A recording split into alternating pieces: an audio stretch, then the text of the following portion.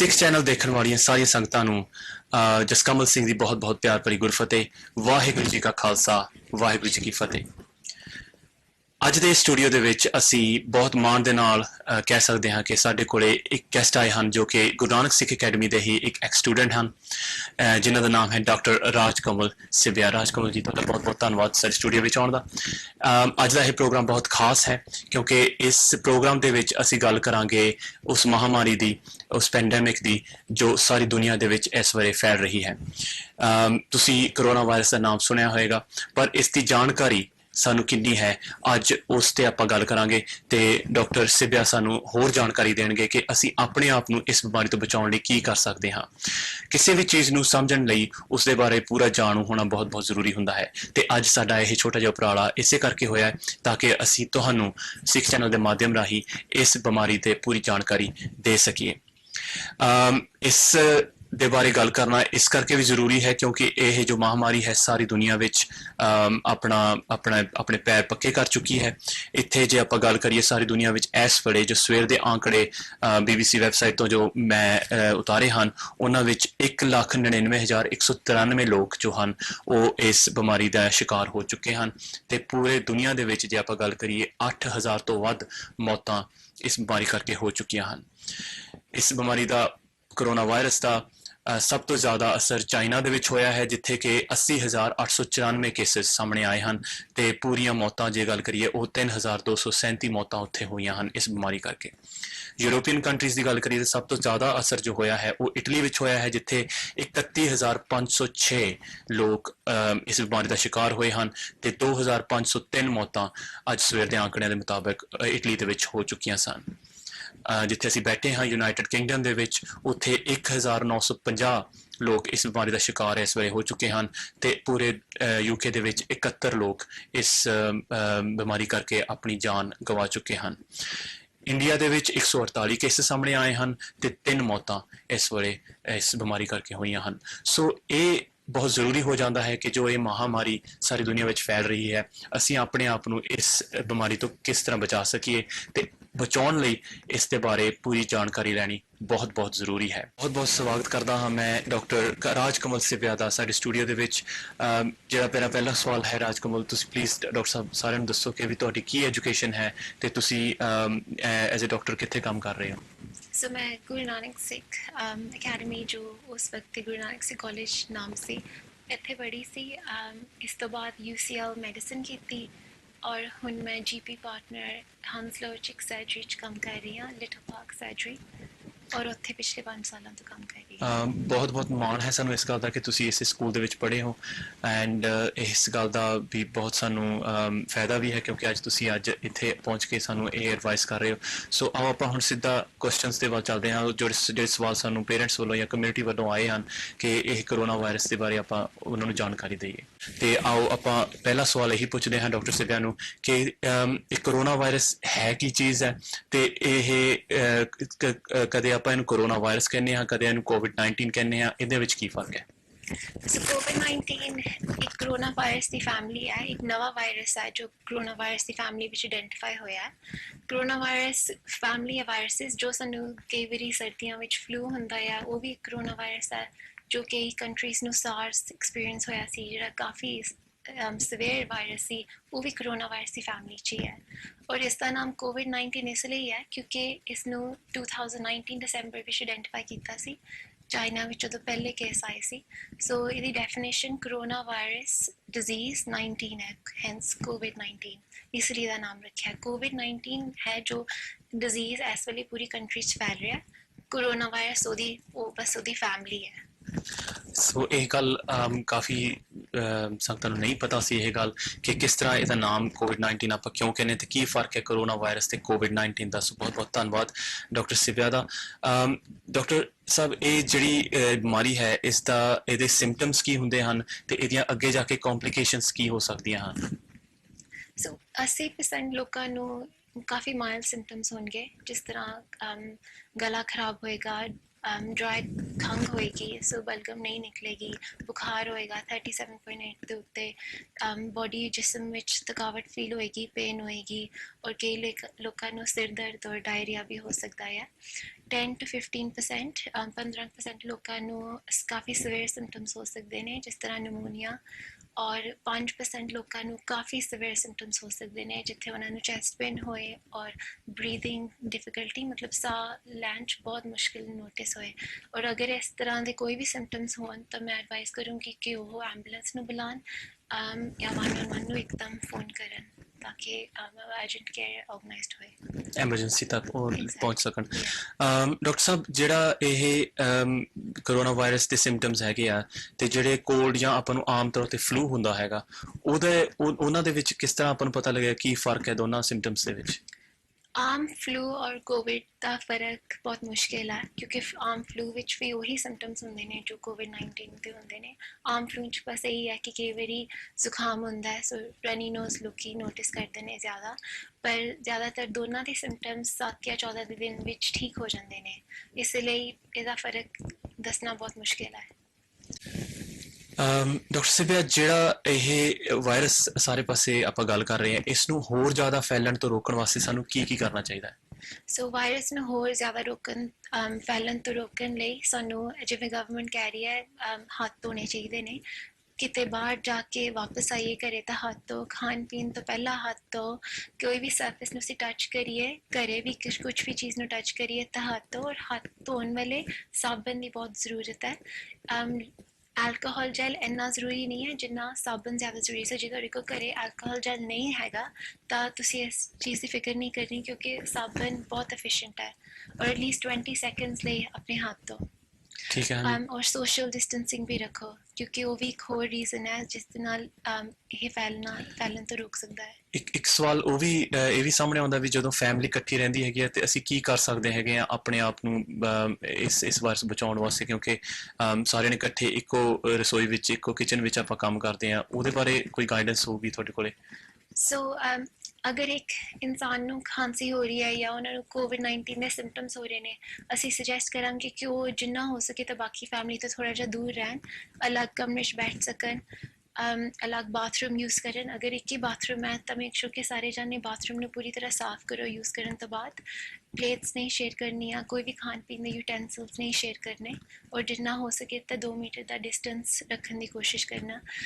ਅਗਰ ਕਿਸੇ ਨੂੰ ਸਿੰਪਟਮਸ ਹੋ ਰਹੇ ਨੇ ਤਾਂ ਇਹਨਾਂ ਨੇ ਐਡਵਾਈਸ ਕੀਤੀ ਹੈ ਕਿ ਬਾਕੀ ਦੀ ਫੈਮਿਲੀ ਬੇਸ਼ੱਕ ਠੀਕ ਹੋਏ ਤਾਂ ਐਟਲੀਸਟ 14 ਦਿਨ ਲਈ ਘਰੇ ਰਹੇ, ਉਹ ਵੀ 14 ਦਿਨ ਲਈ ਸੈਲਫ ਆਈਸੋਲੇਸ਼ਨ 'ਚ ਰਹੇ। ਔਰ 14 ਦਿਨ ਇਸ ਲਈ ਉਹਨਾਂ ਨੇ ਕਿਹਾ ਹੈ ਕਿਉਂਕਿ ਜਦ ਨੂੰ ਉਹਨਾਂ ਨੂੰ ਸਿੰਪਟਮਸ ਜੋ ਖੰਘ ਰਿਹਾ, ਜਦ ਨੂੰ ਉਹਨਾਂ ਨੂੰ ਉਸ ਬੰਦੇ ਤੋਂ ਸਿੰਪਟਮਸ ਹੋਣਗੇ ਤਾਂ ਉਹ ਸਿੰਪਟਮਸ ਨਿਕਲਣਗੇ ਔਰ ਠੀਕ ਹੋਣਗੇ ਤਾਂ ਤਦ ਨੂੰ 14 ਦਿਨ ਲੱਗ ਜਾਣਗੇ। ਸੋ ਪਰਿਵਾਰ ਵਿੱਚ ਜੇ ਕਿਸੇ ਇੱਕ ਬੰਦੇ ਨੂੰ ਵੀ, ਇੱਕ ਮੈਂਬਰ ਨੂੰ ਵੀ ਇੱਦਾਂ ਸਿੰਪਟਮਸ ਹੈਗੇ ਆ, ਸਾਰਾ ਪਰਿਵਾਰ ਨੂੰ ਹੀ ਖਤਰਾ ਹੋ ਜਾਂਦਾ ਤੇ ਉਹ ਆਪਣੇ ਆਪ ਨੂੰ ਆਈਸੋਲੇਸ਼ਨ ਵਿੱਚ ਰੱਖ ਸਕਦੇ ਆ 14 ਦਿਨਾਂ ਵਾਸਤੇ। ਸੋ ਜਿਹੜਾ ਖੰਘ ਰਿਹਾ ਉਹ 7 ਦਿਨਾਂ ਲਈ ਸੈਲਫ ਆਈਸੋਲੇਸ਼ਨ 'ਚ ਹੋਏ, ਪਰ ਜਿਹੜਾ ਬਾਕੀ ਪਰਿਵਾਰ ਹੈ ਉਹ ਬੇਸ਼ੱਕ ਉਹ ਠੀਕ ਵੀ ਹੋਏ ਤਾਂ ਉਹ 14 ਦਿਨ ਲਈ ਸੈਲਫ ਆਈਸੋਲੇਸ਼ਨ 'ਚ ਹੋਏ, ਕਿਉਂਕਿ ਉਹਨਾਂ ਨੂੰ ਬਾਅਦ ਚੋਂ ਇਹ ਸਿੰਪਟਮਸ ਆ ਸਕਦੇ ਨੇ। ਔਰ ਇਸ ਵਕਤ ਸਾਨੂੰ ਇਸ ਚੀਜ਼ ਵੀ ਕੰਸੀਡਰੇਸ਼ਨ ਕਰਨੀ ਚਾਹੀਦੀ ਹੈ ਕਿ ਜੇ ਘਰ 'ਚ ਕੋਈ ਵਨਰੇਬਲ ਪੇਸ਼ੈਂਟ ਹੋਏ ਜਾਂ ਇਨਸਾਨ ਹੋਏ ਜੋ ਓਵਰ 70 ਹੈ, ਸੋ 70 ਸਾਲ ਦੀ ਉਮਰ ਤੋਂ ਜ਼ਿਆਦਾ, ਜਾਂ ਜਿਸ ਨੂੰ ਕੋਈ ਵੀ ਅੰਡਰਲਾਈਂਗ ਹਾਰਟ ਦੀ ਪ੍ਰੋਬਲਮ ਜਾਂ ਕਿਡਨੀ ਪ੍ਰੋਬਲਮ ਜਾਂ ਡਾਇਬੀਟੀਜ਼ ਹੈ, ਅਸੀਂ ਉਹਦੇ ਤੋਂ ਜ਼ਿਆਦਾ ਦੂਰ ਰਹੀਏ, ਔਰ ਹੋ ਸਕੇ ਉਹਨਾਂ ਨੂੰ ਥੋੜ੍ਹਾ ਜਿਹਾ ਆਪਣਾ ਕਮਰਾ ਦਈਏ, ਘਰ 'ਚ ਹਿੱਸਾ ਦਈਏ, ਤਾਂ ਕਿ ਉਹ ਸਾਰਿਆਂ ਤੋਂ ਥੋੜ੍ਹੇ ਜਿਹੇ ਦੂਰ ਰਹਿਣ, ਬੱਚਿਆਂ ਤੋਂ ਦੂਰ ਰਹਿਣ। ਇਹ ਉਹਨਾਂ ਵਾਸਤੇ ਬਹੁਤ ਜ਼ਰੂਰੀ ਹੈਗਾ, ਉਹਨਾਂ ਲਈ, ਕਿਉਂਕਿ ਉਹ ਇਹੀ ਮੇਰਾ ਅਗਲਾ ਸਵਾਲ ਸੀ ਕਿ ਉਹ ਕਿਹੜੇ ਗਰੁੱਪ ਆ, ਉਹ ਕਿਹੜੀ ਕੈਟੇਗਰੀ ਜਿਹਨਾਂ ਨੂੰ ਆਪਾਂ ਕਹਿ ਸਕਦੇ ਹਾਂ ਵੀ ਇਹਨਾਂ ਨੂੰ ਬਹੁਤ ਜ਼ਿਆਦਾ ਰਿਸਕ ਆ ਇਸ ਬਿਮਾਰੀ ਦਾ।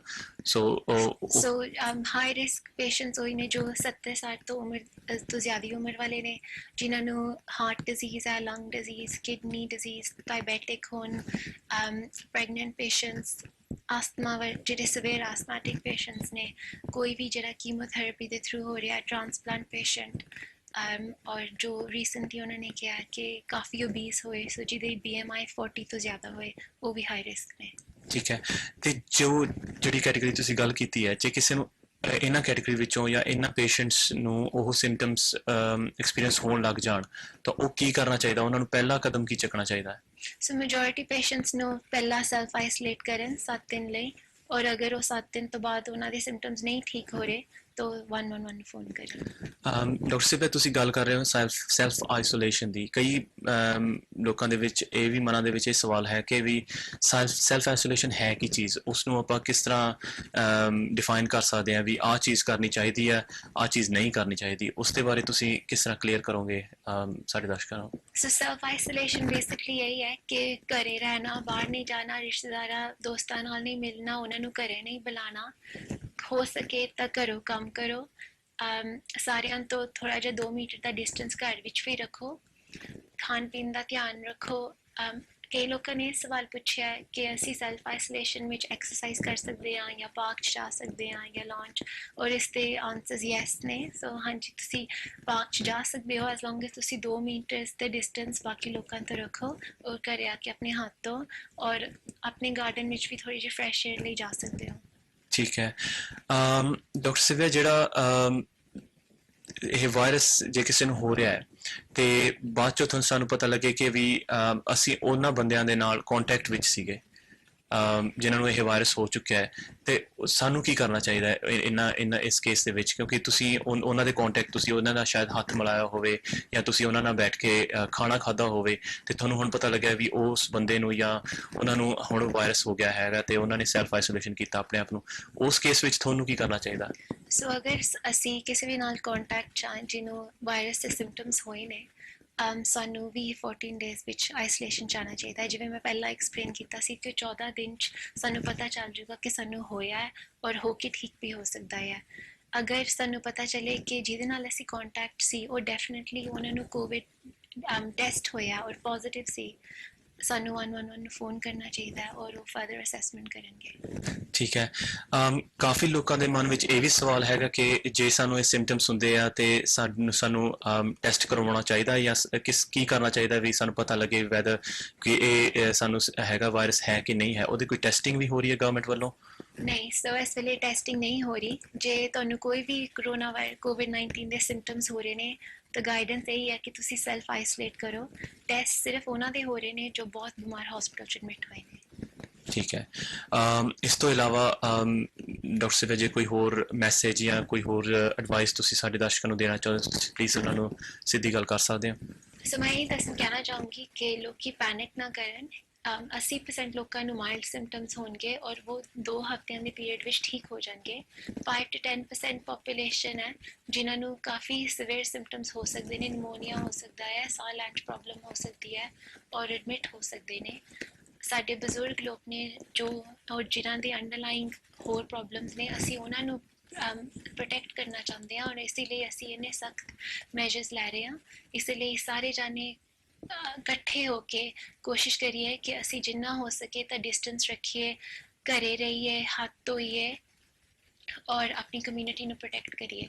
ਮੈਂ ਇਹ ਵੀ ਕਹਿਣਾ ਚਾਹੂੰਗੀ ਕਿ ਲੋਕੀ ਬਹੁਤ ਥੋਕ ਵਿੱਚ ਚੀਜ਼ਾਂ ਖਰੀਦੀ ਜਾ ਰਹੇ ਨੇ ਔਰ ਗਵਰਨਮੈਂਟ ਨੇ ਕਿਹਾ ਹੈ ਕਿ ਖਾਣੇ ਔਰ ਦਵਾਈਆਂ ਦੀ ਸਪਲਾਈ 'ਚ ਘਾਟਾ ਨਹੀਂ ਆਏਗਾ। ਅਗਰ ਅਸੀਂ ਹੁਣ ਇਸ ਵਕਤ ਇੰਨੇ ਥੋਕ ਵਿੱਚ ਚੀਜ਼ਾਂ ਖਰੀਦਾਂਗੇ ਤਾਂ ਜਿਹੜੇ ਸਾਡੇ ਬਜ਼ੁਰਗ ਲੋਕ ਨੇ ਅਸੀਂ ਉਹਨਾਂ ਲਈ ਜ਼ਿਆਦਾ ਮੁਸ਼ਕਲ ਕ੍ਰੀਏਟ ਕਰਾਂਗੇ ਔਰ ਇਸੇ ਲਈ ਸਾਰੇ ਜਣੇ ਥੋੜ੍ਹਾ ਜਿਹਾ ਇਸ ਚੀਜ਼ 'ਚ ਪੈਨਿਕ ਨਾ ਕਰਨ ਔਰ ਹੋ ਸਕੇ ਤਾਂ ਸਾਰਿਆਂ ਦੀ ਸਪੋਰਟ ਕਰਨ। ਬਹੁਤ ਸੋਹਣੀ ਸਲਾਹ ਦਿੱਤੀ ਹੈ ਤੁਸੀਂ। ਸੋ ਮੇਰੀ ਅਪੀਲ ਹੈ ਦਰਸ਼ਕਾਂ ਨੂੰ ਕਿ ਵੀ ਇਹ ਜੋ ਗੱਲਾਂ ਸਾਨੂੰ ਡਾਕਟਰ ਰਾਜ ਕੰਵਲ ਸਿੱਬਿਆ ਹੋਰਾਂ ਨੇ ਦੱਸੀਆਂ ਅੱਜ, ਅਸੀਂ ਇਹਨਾਂ 'ਤੇ ਅਮਲ ਕਰੀਏ ਤਾਂ ਕਿ ਅਸੀਂ ਆਪਣੇ ਆਪ ਨੂੰ ਬਚਾ ਸਕੀਏ, ਆਪਣੇ ਪਰਿਵਾਰ ਨੂੰ, ਆਪਣੇ ਪੂਰੀ ਕਮਿਊਨਿਟੀ ਨੂੰ ਅਸੀਂ ਪ੍ਰੋਟੈਕਟ ਕਰ ਸਕੀਏ ਇਸ ਵਾਇਰਸ ਤੋਂ। ਇਹ ਇੱਕ ਜਿਵੇਂ WHO ਨੇ ਆਲਰੇਡੀ ਇਸ ਨੂੰ ਇੱਕ ਮਹਾਂਮਾਰੀ ਘੋਸ਼ਿਤ ਕਰ ਦਿੱਤਾ ਹੈ ਕਿ ਵੀ ਇਸ ਸਾਰੀ ਦੁਨੀਆ ਨੂੰ ਅਸਰ ਕਰ ਰਹੀ ਹੈ। ਤੁਸੀਂ ਅੱਜ ਦੇ ਆંકੜੇ ਪਹਿਲਾਂ ਹੀ ਮੈਂ ਤੁਹਾਨੂੰ ਦੱਸਿਆ ਹੈ ਵੀ ਕਿਸ ਤਰ੍ਹਾਂ ਜ਼ਿਆਦਾ ਤੋਂ ਜ਼ਿਆਦਾ ਹਰ ਦਿਨ ਇਹ ਆંકੜੇ ਵੱਧਦੇ ਜਾ ਰਹੇ ਹਨ। ਇਹ ਹੁਣ ਸਾਡੀ ਜ਼ਿੰਮੇਵਾਰੀ ਹੈ, ਸਾਡੇ ਆਪਣੀ ਜ਼ਿੰਮੇਵਾਰੀ ਹੈ ਕਿ ਅਸੀਂ ਆਪਣੇ ਆਪ ਨੂੰ ਕਿਸ ਤਰ੍ਹਾਂ ਇਸ ਬਿਮਾਰੀ ਤੋਂ ਬਚਾਉਣਾ ਹੈ। ਸੋ ਬਹੁਤ ਬਹੁਤ ਧੰਨਵਾਦ ਤੁਹਾਡਾ ਡਾਕਟਰ ਸਿੱਬਿਆ, ਤੁਸੀਂ ਸਾਡੇ ਸਟੂਡੀਓ ਵਿੱਚ ਆਏ, ਤੁਸੀਂ ਇਹ ਗੱਲਾਂ ਕੀਤੀਆਂ। ਜਿਹੜੀ ਤੁਹਾਡੀ ਸਲਾਹ ਹੈ ਬਹੁਤ ਸੋਹਣੀ ਹੈ, ਖਾਸ ਕਰਕੇ ਜਿਹੜੀ ਥੋਕ ਵਿੱਚ ਸਮਾਨ ਖਰੀਦਣ ਦੀ ਗੱਲ ਤੁਸੀਂ ਕੀਤੀ ਹੈ ਕਿ ਵੀ ਲੋਕ ਪੈਨਿਕ ਹੋ ਰਹੇ ਹੈਗੇ ਆ, ਉਹਨਾਂ ਨੂੰ ਪਤਾ, ਪਰ ਸਰਕਾਰ 'ਤੇ ਸਾਨੂੰ ਵਿਸ਼ਵਾਸ ਕਰਨਾ ਚਾਹੀਦਾ ਹੈ ਕਿ ਵੀ ਉਹਨਾਂ ਨੇ ਜੇ ਗੱਲ ਕਹੀ ਹੈ ਕਿ ਉਹ ਸਾਰੀ ਦਵਾਈਆਂ ਜਾਂ ਜਿਹੜੀਆਂ ਜ਼ਰੂਰਤ ਦੀਆਂ ਚੀਜ਼ਾਂ ਹਨ ਉਸ ਦੀ ਸਪਲਾਈ ਕਦੇ ਵੀ ਨਹੀਂ ਰੋਕਣਗੇ। ਸੋ ਅਸੀਂ ਆਪਾਂ ਸਾਰਿਆਂ ਦਾ ਸੋਚਣਾ, ਸਿਰਫ ਆਪਣਾ ਨਹੀਂ ਸੋਚਣਾ ਇੱਥੇ। ਸੋ ਇਸ ਮੈਸੇਜ ਦੇ ਨਾਲ ਮੈਂ ਬਹੁਤ ਬਹੁਤ ਧੰਨਵਾਦ ਕਰਦਾ ਹਾਂ ਡਾਕਟਰ ਸਿਬਿਆ ਦਾ ਸਟੂਡੀਓ ਵਿੱਚ ਆਉਣ ਦਾ, ਅਤੇ ਮੈਂ ਉਮੀਦ ਕਰਦਾ ਹਾਂ ਕਿ ਇਸ ਪ੍ਰੋਗਰਾਮ ਦੇ ਰਾਹੀਂ ਤੁਹਾਨੂੰ ਬਹੁਤ ਬਹੁਤ ਜਾਣਕਾਰੀ ਮਿਲੀ ਹੋਏਗੀ, ਤਾਂ ਕਿ ਤੁਸੀਂ ਆਪਣੇ ਪਰਿਵਾਰਾਂ ਨੂੰ, ਆਪਣੇ ਆਪ ਨੂੰ ਇਸ ਬਿਮਾਰੀ ਤੋਂ ਬਚਾ ਸਕੋ, ਅਤੇ ਇਹਨਾਂ ਗੱਲਾਂ ਦੇ ਉੱਤੇ ਅਮਲ ਕਰਕੇ ਆਪਾਂ ਇਸ ਬਿਮਾਰੀ ਦਾ ਵੀ, ਇਸ ਮੁਸ਼ਕਿਲ ਦਾ ਸਾਂਝੇ ਤੌਰ 'ਤੇ ਆਪਾਂ ਹੱਲ ਕਰ ਸਕਾਂਗੇ। ਬਹੁਤ ਬਹੁਤ ਧੰਨਵਾਦ ਤੁਹਾਡਾ ਡਾਕਟਰ ਸਿਬਿਆ। ਵਾਹਿਗੁਰੂ ਜੀ ਕਾ ਖਾਲਸਾ, ਵਾਹਿਗੁਰੂ ਜੀ ਕੀ ਫਤਿਹ।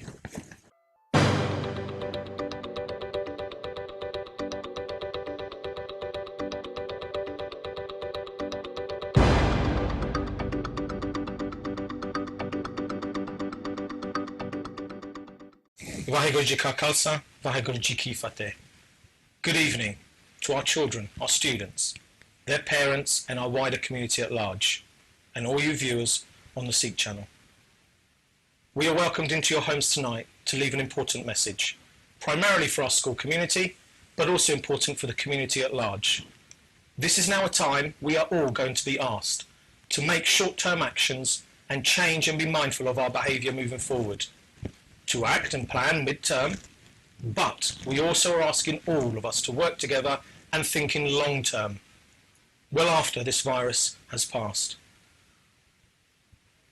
I am joined this evening by our head of our primary, Pav Daliwal, the head of Nalixa Free School, Anushka Chatter, and myself, Antonio D'Onofrio, Vice Principal of the Secondary, to make sure we can inform you this evening of the updates of how we as a school community have been dealing with the coronavirus COVID-19 pandemic, and how we continue to support all students and all parents and our wider community at large.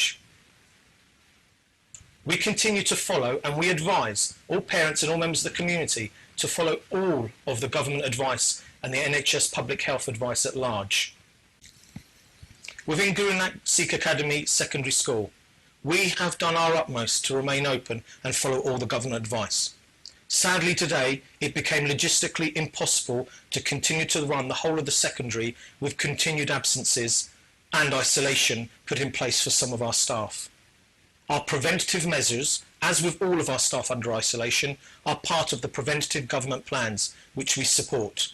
May I make this clear? As of this time, there have been no confirmed cases within our school or wider community at large, and we continue to work with public health and the government to ensure that we continue to follow all preventative measures.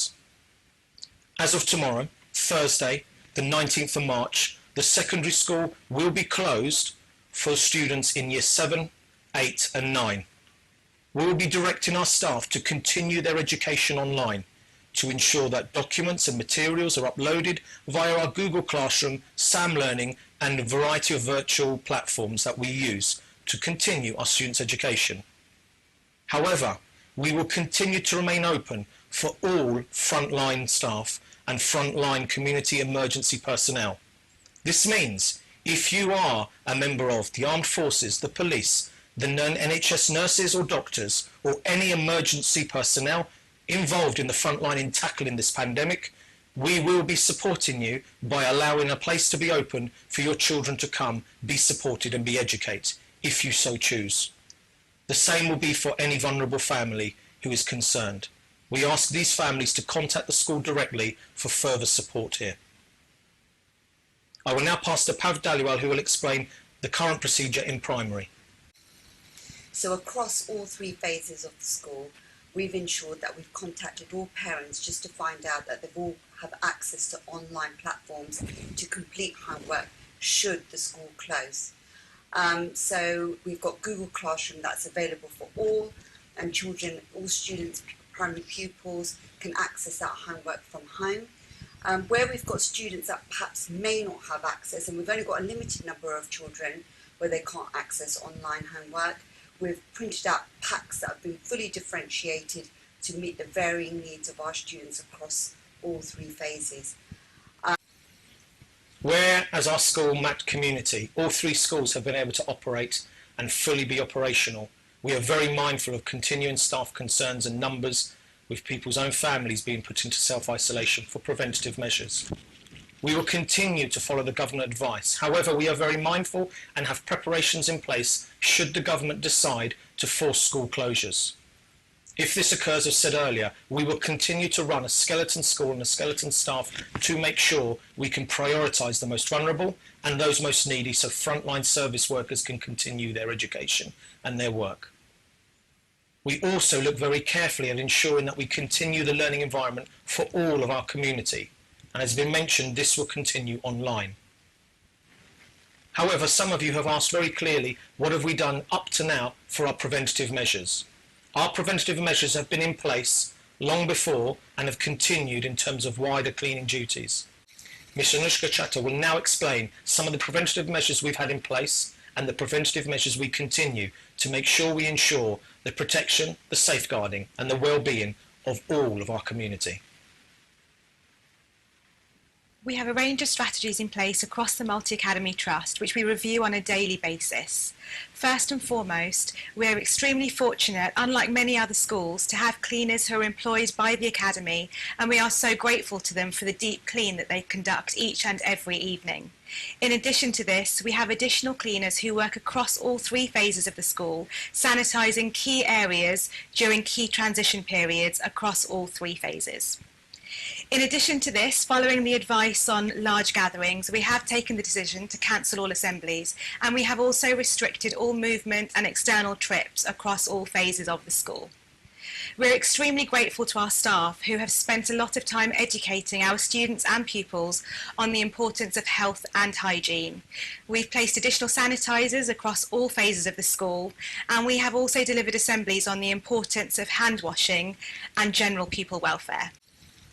As we have mentioned, there will be some difficult decisions ahead. Our thoughts and prayers are with government at this difficult time to make the right strategic and logistical decisions to support all of us moving forward and to make sure we are protecting our most vulnerable.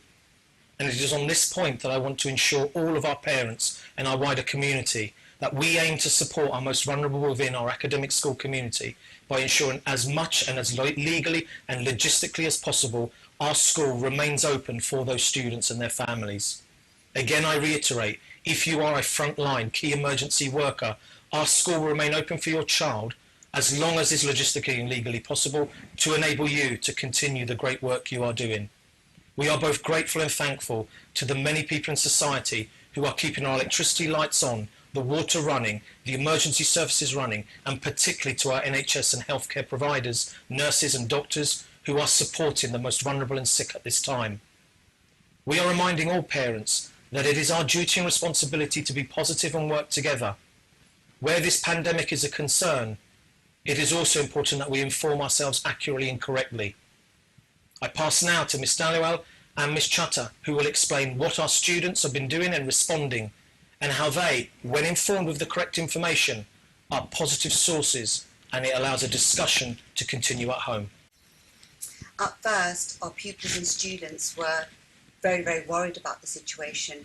But if you walk across our school now to any of the phases, you will notice that they are calm, they understand the situation, and they're following procedures.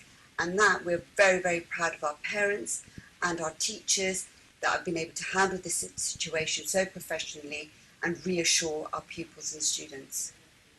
It's also really important that at this time you take some time with your child to have these important discussions, and it's also our joint responsibility to talk to them about the appropriate use of social media and online safety, particularly any false information that may be portrayed. It's really important that at this time you have discussions with your children to reassure them. We also have a shared responsibility to teach our children to use the social media appropriately and also to avoid any false information that could be shared. Please refer to our school website for accurate information with links to recent government guidance. We end by thanking our students for their demeanour and composure over this difficult time. Thanking you, our parents, and our wider community for their support. Utmost we thank our teachers and all of our staff, teaching and non-teaching, for their commitment to not only work through this crisis, but the many volunteers who've offered to come in case of a closure so that they can continue to support the school moving forward for our most vulnerable and at-risk students. I am very grateful on behalf of the whole of the Academy that the Seek Channel has given us this opportunity, and I thank the Seek Channel. Ladies and gentlemen, Have a good evening and thank you for continued support. Vaheguru Ji Ka Khalsa, Vaheguru Ji Ki Fateh.